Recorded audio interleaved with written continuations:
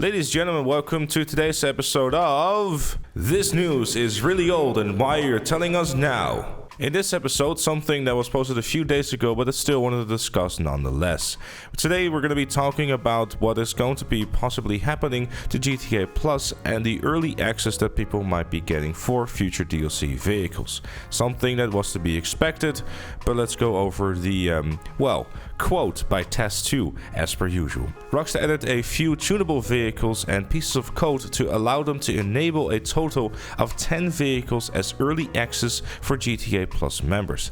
This is definitely reserved for new vehicles coming with the next update, even though the limit is up to 10 vehicles. We could likely see them follow the same path of releasing a new vehicle for GTA Plus members a week early and a week after for the non-GTA Plus members. This doesn't surprise me at all. The Vesti 8 was a week early access and the Brioso RA was also a week early access for each month of GTA Plus. Now obviously that doesn't make that much of a difference considering the fact that both vehicles in question were kind of underwhelming anyways. But when it comes to new vehicles, for example, if we had the S95 release a week early for GTA Plus members and the rest of us had to wait for it, that's where stuff becomes a little bit annoying. Especially considering the fact how good the S95 is, there's going to be an imbalance for a week. And even with the Brioso RA, even though it is horrific to drive, it still technically is the fastest compact car within the game. So it makes GTA Online effectively pay to win. Sure, some might argue it's only $6, where are you complaining about? But honestly, it's just mostly just about principle. Releasing something like GTA Plus in the 9th year of the life cycle of the game, it is something that is always going to be a bad taste in everyone's mouth. And I guess with a move like this, making DLC vehicles a week early access for those GTA Plus members, it's probably gonna have a bunch of people second guessing whether or not they should become a member. And this is exactly when you will fall into their trap. I'm not sure how many hardcore and long-term players of the game, or even newer players especially, are gonna look at this and think, man, I want to play with the new toys, and $6 for having early access to 4 vehicles a month doesn't sound all that bad, really. And this is exactly how they're probably going to get a bunch of people to start subscribing to the service. Ladies and gentlemen, we got him. I would argue that a week early access for $6 a month, especially when it comes to multiple vehicles, is a pretty decent deal. However, the bad taste in everyone's mouth becomes obviously the fact that there's a 9-year-old game that they're dealing with here. If it was something that was there from the start, it might have been easier to digest. Another thing that I want to touch on as well is the YouTuber dilemma. Now, I know this sounds way more dramatic than it actually is, but I receive a bunch of comments on the GTA Plus videos basically asking me like, if you're telling people not to get this, why are you even making a video on it, giving it free promotion? And this is kind of where I struggle with the balance itself too, and I'm pretty sure I'm not the only one.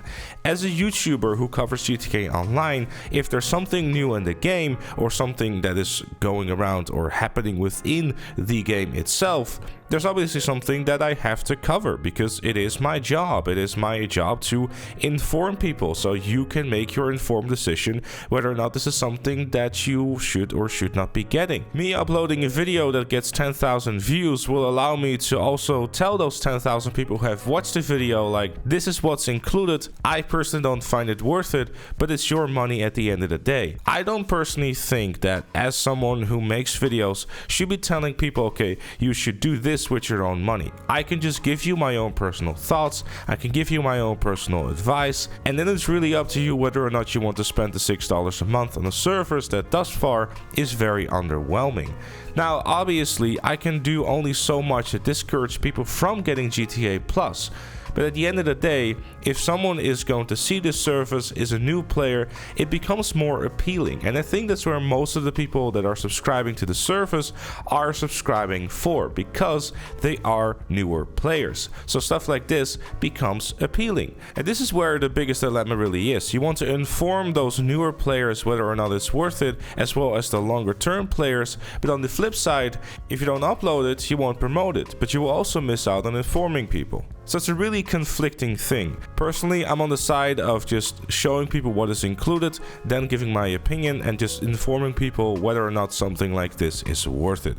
And then just basically let people know, look, buy this if you find this appealing.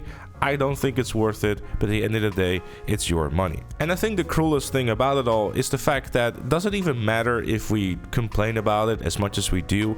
I'm not entirely sure if that's even going to be the case. Because if as a YouTuber we're going to be spending every single week making a new video saying, GTA Plus is bad, I don't think it will reach the people who will end up buying this, which are the casuals who probably don't even bother watching YouTubers or anything along those lines and inform themselves about the service. They just see $500,000, a free vehicle and a bunch of other fancy crap for only $6 a month and think this is a deal of a lifetime. Early access to a vehicle? Wow, this sounds exciting. I've never heard of the Turismo or the Brioso RA.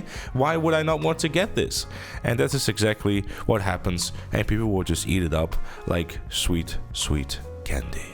But those are my thoughts. Of course, I'd love to know what you think in the comment section down below. Leave a like if you enjoyed, subscribe for more, and if you really like what you see on the channel, make sure to become a member like Chloe, Robert, Mab Dakota, and Shapeshift Gaming. Thank you again for watching, and I'll see you all later.